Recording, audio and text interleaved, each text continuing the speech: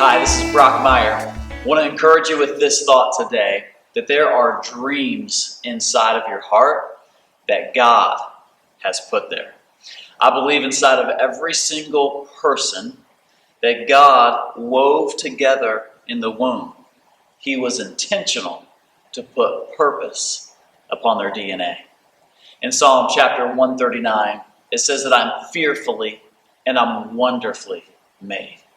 And in my mother's womb, you sewn me together. And I think something that would be absolutely wonderful is when God was sewing us and weaving us and knitting and forming and fashioning us in our mother's womb. He was putting these lives together with skills, with talents, with certain interests and passions, that He was making our mind think this way, and He was making our hands ready this way, and He put these purposes and passions inside of our hearts.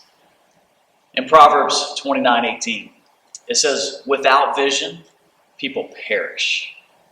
Or another translation says, without vision, the people cast off restraint. So if I could say it another way, with vision, people have life. Or with vision, people will be focused and get after it. I know for me, whenever I don't have a whole lot going on, I just kind of meander about. But when there's a lot on me, it is focus time, and you get after it. I also know the reality of whenever I've got some vision of some things coming, what happens inside of my heart. There's this energy and this excitement that hits. Recently, my daughter, Nora, she's 6. She's been asking for a daddy-daughter date, and she wanted it immediately. And I said, Nora, let's set a date so that we can plan, we can have some fun ideas, and we can have this date set out there before us that we can look forward to. And so she got all giddy and antsy and all excited and fired up. And you know what it's like whenever that vacation is coming or that big meeting is coming. It just has this ability to stir and provoke some emotion inside of you.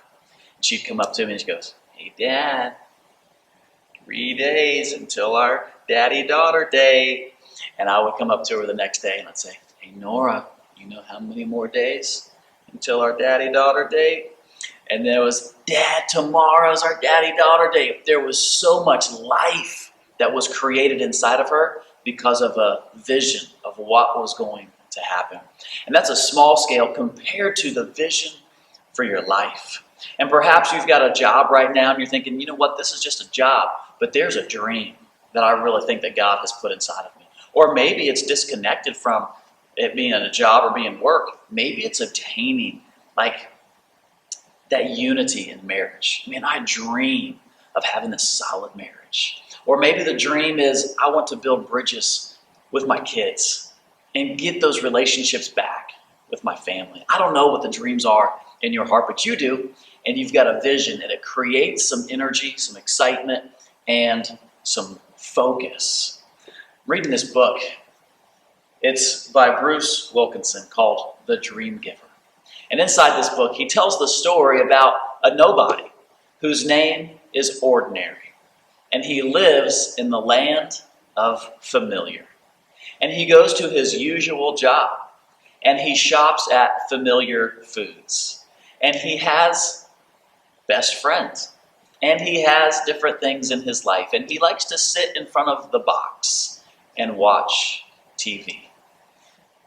Until one night, he is visited by the Dream Giver. And there's a feather that's left upon the windowsill.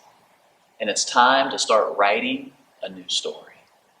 And so he gets all amped up and all excited, and he's ready to embark on this great adventure, on this epic journey. And he tells his dad, hey, Dad, I want to go after this dream. And he says, let me guess, you had a feather in your window. He said, what? You knew about this?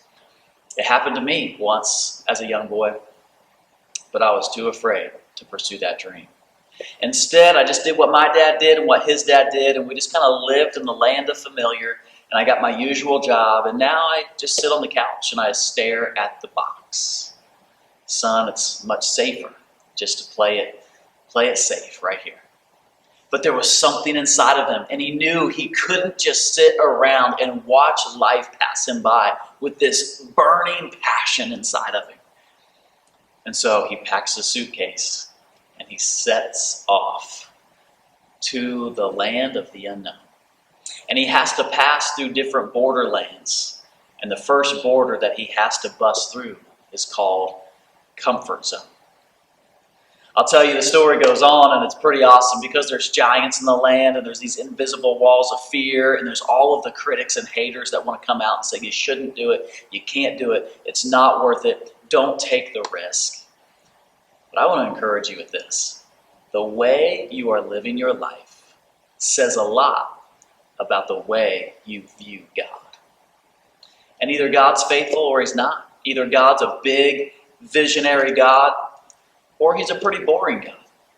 God is a risk taker, and not that God ever has to take risks, because he's always sure.